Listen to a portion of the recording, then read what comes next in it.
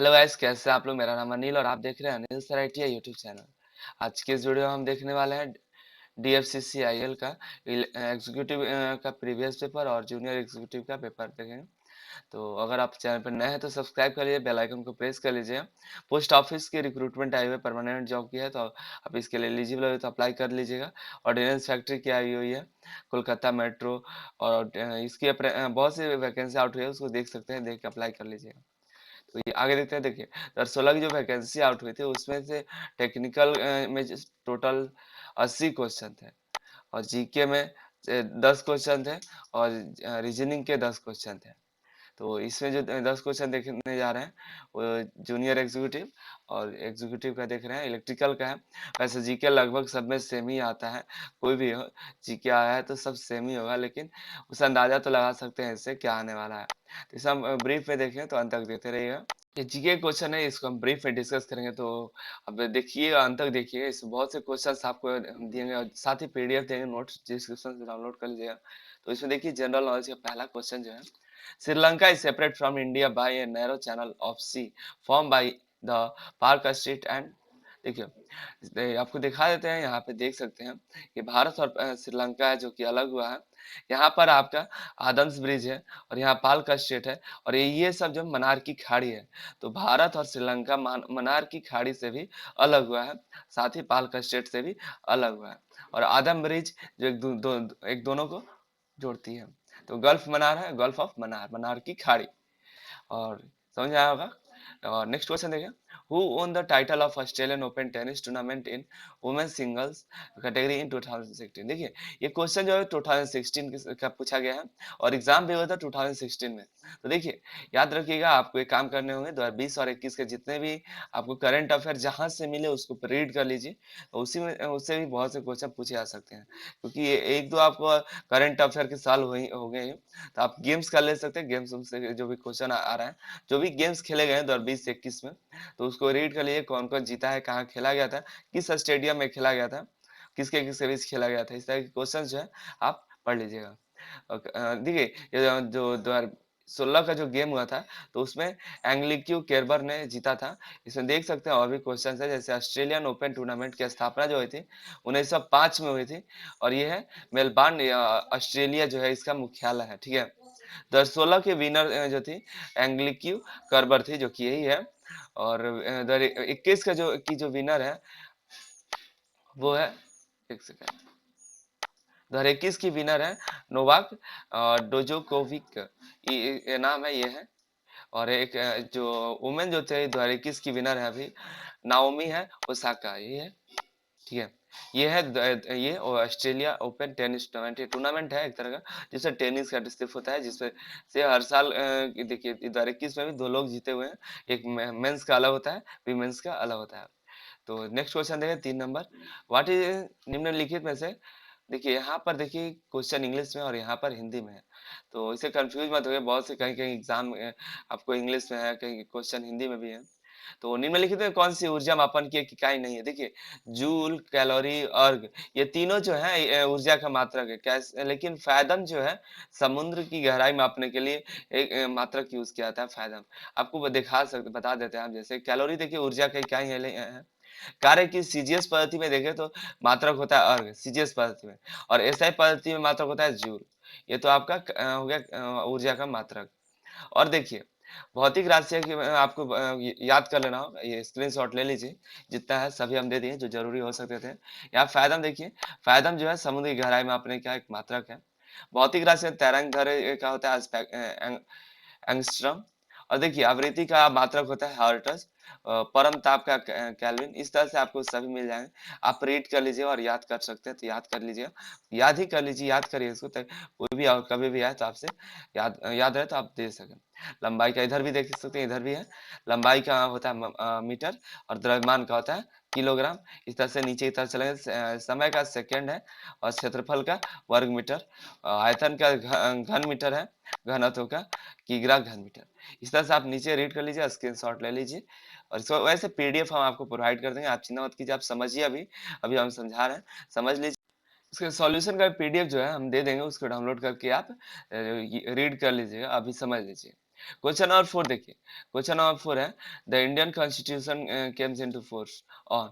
तो Indian constitution मतलब भारतीय संविधान कब आया था, कब लागू हुआ था? 26 जनवरी 1950 को। इससे भी बहुत से क्वेश्चन पूछे जाते हैं, बनते हैं, तो इसके बारे में थोड़ा डिस्कस करें, थोड़ा डीपली बात करें, तो अंत तक देखिएगा। देखिए, संविधान सभा की पहली बैठक हुई थी, उसके बारे में देख रहे हैं।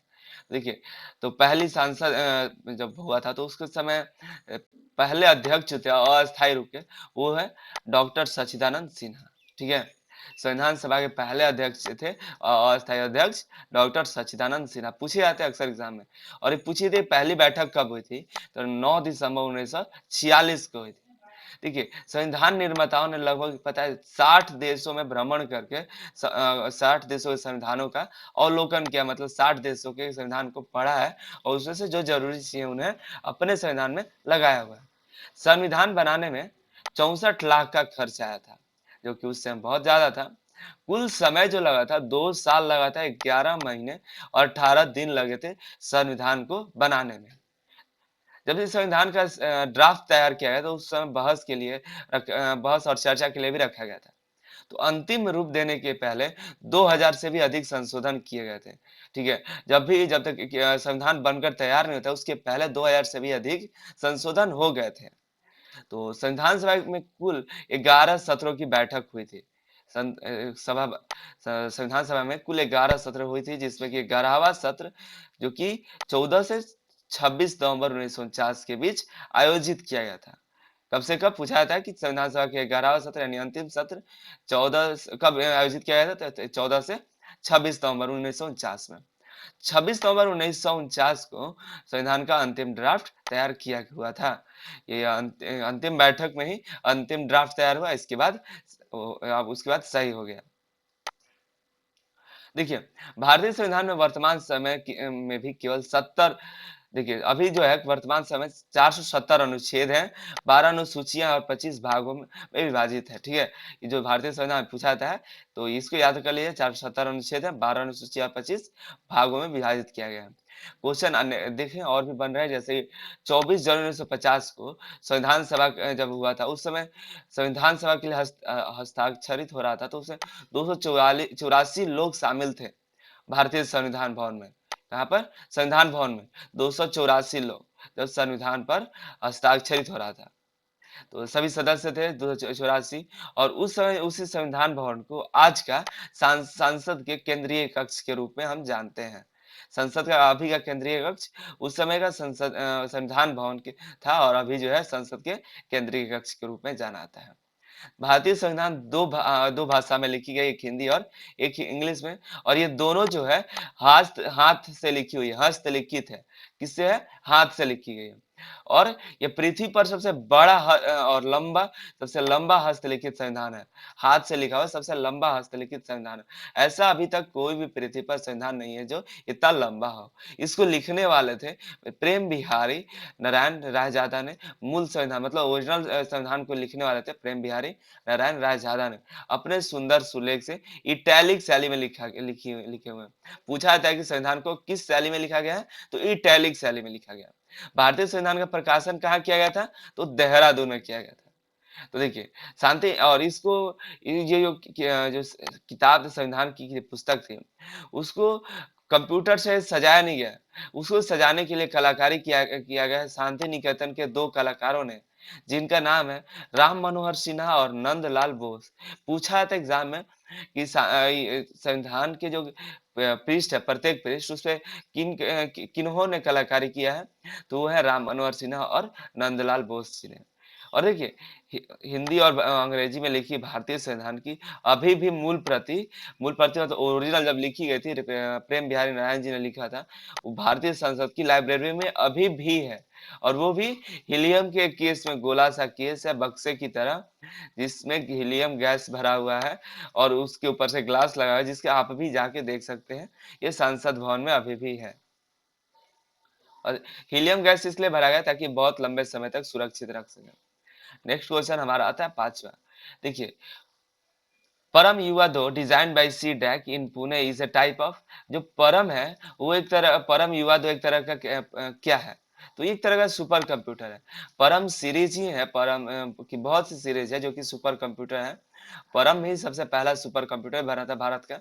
फिलहाल ही भारत के दुनिया में 44वां स्थान रखता है अपना। तो इसको बनाने वाली कंपनी है जो है सीडैक बोल सकते हैं, पुणे में है। इसके बारे में और भी डिस्कस कर लेते हैं।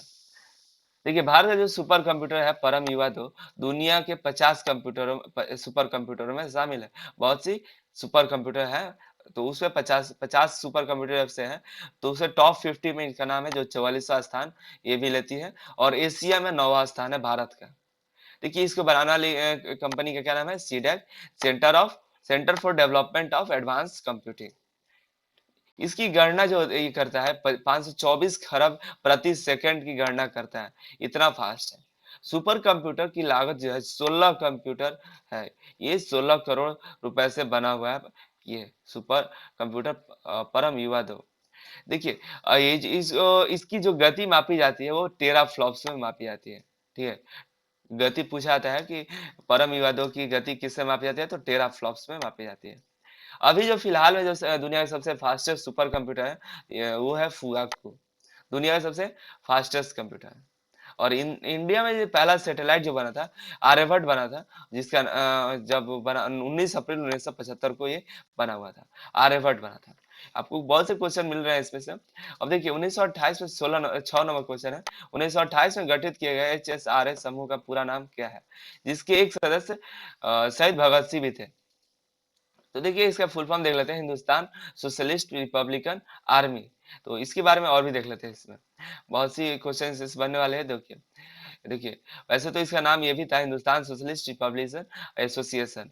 देखिए, 1924 में, जब 1924 में युवा क्रांतिकारी लोग फैले हुए थे, तो कानपुर में एक सम्मेलन बुलाया गया। उसी समय ये हिंदुस्तान रिपब्लिकन एसोसिएशन का गठन किया गया था। ठीक है, और उसमें संस्थापक 4 लोग थे। एक सचिंद्र नाथ जायसवाल जी थे, जो इसके अध्यक्ष भी थे। फिर राम प्रसाद बिस्मिल जी थे, योगेश चंद्र चटर्जी थे, चंद्रशेखर आजाद जी भी थे। 4 लोग थे।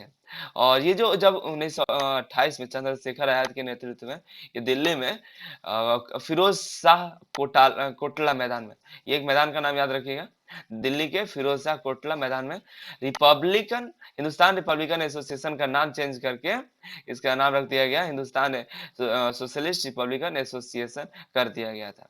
ठीक है, कहीं कहीं आपको आर्मी भी देखने को मिलेगा। ठीक है, जैसे कि यहाँ पर आपको आर्मी मिल रहा है, तो आर्मी भी है। और यहाँ पे देख सकते हैं, जिसका उद्देश्य इसका उद्देश्य पूछा जाता है कि कोई भी ऑर्गेनाइजेशन बनाते हैं तो उसका एक उद्देश्य होता है। तो इसका भी एक उद्देश्य था, भारत में एक समाजवादी और गणतंत्रवादी राज्य की स्थापना करना। तो देखिए, क्या होता है, ये पहला इसका क्रांतिकारी गतिविधि स्टार्ट हुआ था जब लाला लाजपत राय पर लाठियों का प्रहार करने के लिए सहायक पुलिस अधीक्षक का सैंडर्स का उनका हत्या हो गया थी। पुलिस अधीक्षक थे, सैंडर्स थे। 30 अक्टूबर 1928 को भगत सिंह थे, चंद्रशेखर आजाद और राजगुरु जी थे, तीनों ने कर दी थी हत्या, जो कि पुलिस अधीक्षक सैंडर्स की। इसी समय ये पहली गतिविधि थी इस कमीशन की। इसमें 2 सदस्य थे HSRA के, जैसे 2 सदस्य भगत सिंह और बटुकेश्वर दत्त ने 18 अप्रैल 1929 को दिल्ली के केंद्रीय विधानसभा में बम फेंका था। इन लोगों ने बम फेंका था। किन्होंने फेंका था? भगत सिंह और बटुकेश्वर दत्त ने दिल्ली के केंद्रीय विधानसभा में इन्होंने जाके बम फेंक दिया था। ये भी गतिविधि थी। नेक्स्ट क्वेश्चन हम लोग देख लेते हैं, 7 नंबर। तो आपको समझ में आ रही होगी, मुझे उम्मीद है समझ में आ रही होगी। कोई भी दिक्कत होता है तो कमेंट कर सकते हैं। 2016 का के वीरमणि सामाजिक न्याय पुरस्कार किसे दिया गया था? तो देखिए, 2016 के वीरमणि सामाजिक न्याय पुरस्कार, तो ये 2016 का तो नीतीश कुमार को नहीं दिया गया था, 2015 का दिया गया था। ठीक है, आपको हम गूगल से दिखा देते हैं।